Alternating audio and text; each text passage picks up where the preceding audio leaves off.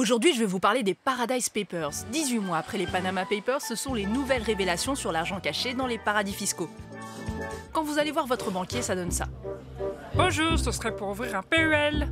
Excellente initiative, sachez que votre épargne sera rémunérée au magnifique taux d'1% brut. Génial!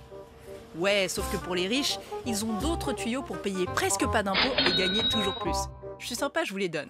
La reine d'Angleterre, par exemple, c'est le duché de Lancaster qui gère ses biens et investissements.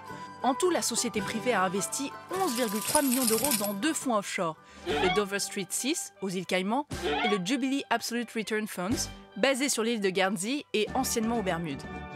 En juin 2008, le fonds des îles Caïmans a rapporté environ 311 000 euros au duché, sur lesquels il n'a payé que 0,4% d'impôts. Pas beaucoup, hein?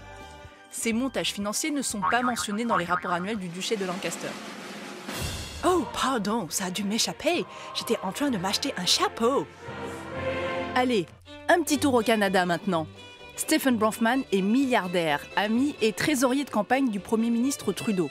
À travers sa société canadienne Claridge, Bronfman a transféré des millions de dollars, parfois sous forme de prêts sans intérêt, vers le Colbert Trust, basé aux îles Caïmans. Cette structure financière opaque a été créée en 91 pour le compte de son parrain Léo Colbert, qui voulait donner des sous à son fils et à sa fille. À l'époque, M. Colbert est juste sénateur du Parti libéral, le parti de Justin Trudeau. Au total, Jonathan Colbert, le fils, a touché 14,2 millions d'euros sans payer d'impôts grâce au trust. Trop cool, j'ai pu financer mon appart à Manhattan, merci papa. Puis en 2015, le Colbert Trust a fermé ses portes et ses fonds ont été transférés vers Israël.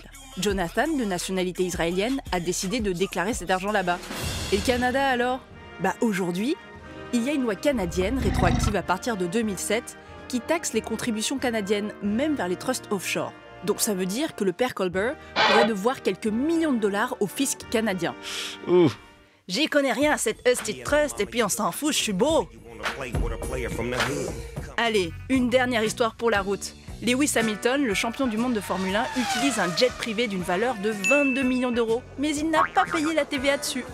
Parce qu'officiellement, le coucou appartient à une première société établie aux îles Vierges, qui loue à une deuxième société immatriculée à l'île de Man. Là-bas, l'avion est sous-loué à l'entreprise Hangar 8, celle-ci sous-loue à une autre entreprise basée sur l'île de Guernsey et à Lewis Hamilton. Bref, que des sociétés écrans avec Hamilton derrière. Ça fait quand même un petit manque à gagner de 3,7 millions d'euros pour le fisc britannique. Bon allez, je vous laisse. Faut que j'aille regarder fructifier mon petit PEL. Hein.